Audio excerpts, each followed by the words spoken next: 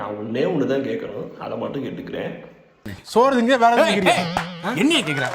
ஏன்னா உங்களுக்கு என்னதான்டா பிரச்சனை, என்னதான்டா ஏன்டா இப்படி ஆடை தொலைறீங்க கடந்துக்கிட்டு? ஒன்று பேட்டிங் நல்லா பண்ணால் பவுலிங் நல்லா பண்ண மாட்டீங்க, பவுலிங் நல்லா பண்ணால் பேட்டிங் நல்லா பண்ண மாட்டீங்க.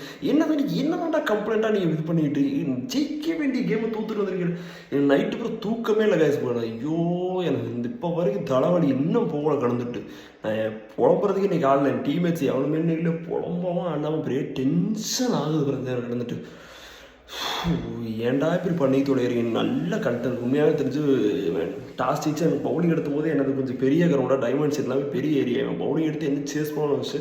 ஆனால் ஒரு மாதிரி கண்டென்ட் பண்ணிட்டானு 195. ஏன்னா பவுலிங் எல்லாருமே சூப்பராக பண்ணானு, அன்ஷூலு, ஜேமி, குட்ஜம்னிக் சிங் எல்லாருமே சூப்பரான பவுலிங்கு. இது மாதிரி இன்னொரு பிளண்டர் ஒன்று பண்ணானுங்க. என்னவோ லெஃப்ட் ஹேண்டர் செல்லாக இருக்கிறதுனால அக்கீல் போட்டால் எக்ஸ்பென்சிவாக போகிற மாதிரி போயிட்டு மேட்ச் ஷாட் உட்கார வச்சு அக்கீல் கூப்பிட்டு வந்து அது ஒரு பிளண்டர் பண்ணானுங்க.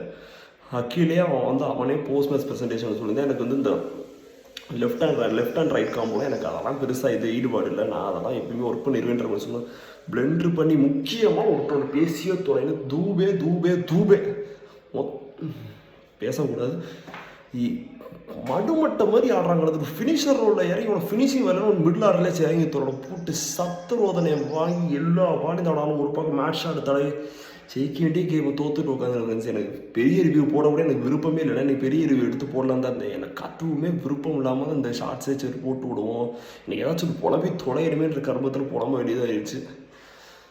இருக்கிறதே இன்னும் ஒரு 8 கேமு தான். 8 கேமில் கம்பல்சரி 6 கேம் ஜெயிச்சதுன்னா அது என்ன பெரிய நெட் ரன் ரேட் வித்தியாசத்தை ஜெயிக்கணும். என்ன பண்ண போகிறான்னு தெரில, பார்ப்போம் விடுங்க. நான் நெக்ஸ்ட் வருவோம் டிசி வர்சஸ் ஆர்சிபி. நான் கௌதம் பிளாக்ஸ் ஒரு சேனல் இருக்குது, நான் அதோட லிங்க் வந்து டிஸ்கிரிப்ஷனில் பேஸ் பண்ணுறேன். அது ஆக்சுவலி சொன்ன வைல்ட் ப்ரொடக்ஷனில் வந்து ஆக்சுவலி டே ஃபார் டிசின்னு சொல்லியிருந்தேன். ஆர்சிபியில் வந்து நாளைக்கு டே ஃபார் டிசி மாதிரி தான் எனக்கு இருக்குது. அதே மாதிரி நடந்துச்சு, டே ஃபார் டிசியாக நடந்துச்சு. அப்சல்யூட்லி டிசியோட பவுலிங் சூப்பராக இருந்துச்சு. பிளெண்டர் பண்ணிட்டாங்க 1 செகண்ட். ரியல் தலை சித்தேஷ் சர்மா அவர் தான் அங்கே பிளெண்டர் பண்ணது. இங்கே தூபே ஒரு பிளெண்டர் பண்ணானா அங்கே அவன் ஒரு பிளெண்டர் பண்ணி விட்டுட்டு போயிட்டான். அவனும் ஷெப்பர்டும் சேர்ந்து, ஷெப்பர்டாச்சும் கொஞ்சம் பால் வேஸ்ட் பண்ணால் அவனை 2 பேருமே பிளெண்டர் பண்ணிட்டானுங்க. அவனுங்க அங்கே தோற்று முடிச்சு கொஞ்சம் ஓகே அப்படின்னு ஒரு மாதிரி ஒரு செட்டில் ஸ்டேஜ் வரும்போது இவனுக்கு இங்கே முடிச்சாங்க நம்மளை. அப்சல்யூட்லி 2 டீமுமே பேட்டிங் வைஸில் இன்றைக்கி நேற்று மேட்ச்சில் ரொம்ப பிளண்டர் பண்ணியிருந்தானுங்க. அது பக்காவாக தெரிஞ்சு. காரணம் இங்கே ரசட்டோட பேட்டிங் இடிச்சிச்சு, இங்கே சஞ்சுவோட பேட்டிங் இடிச்சிச்சு. ரெண்டுமே காரணம், அவ்வளோதான்.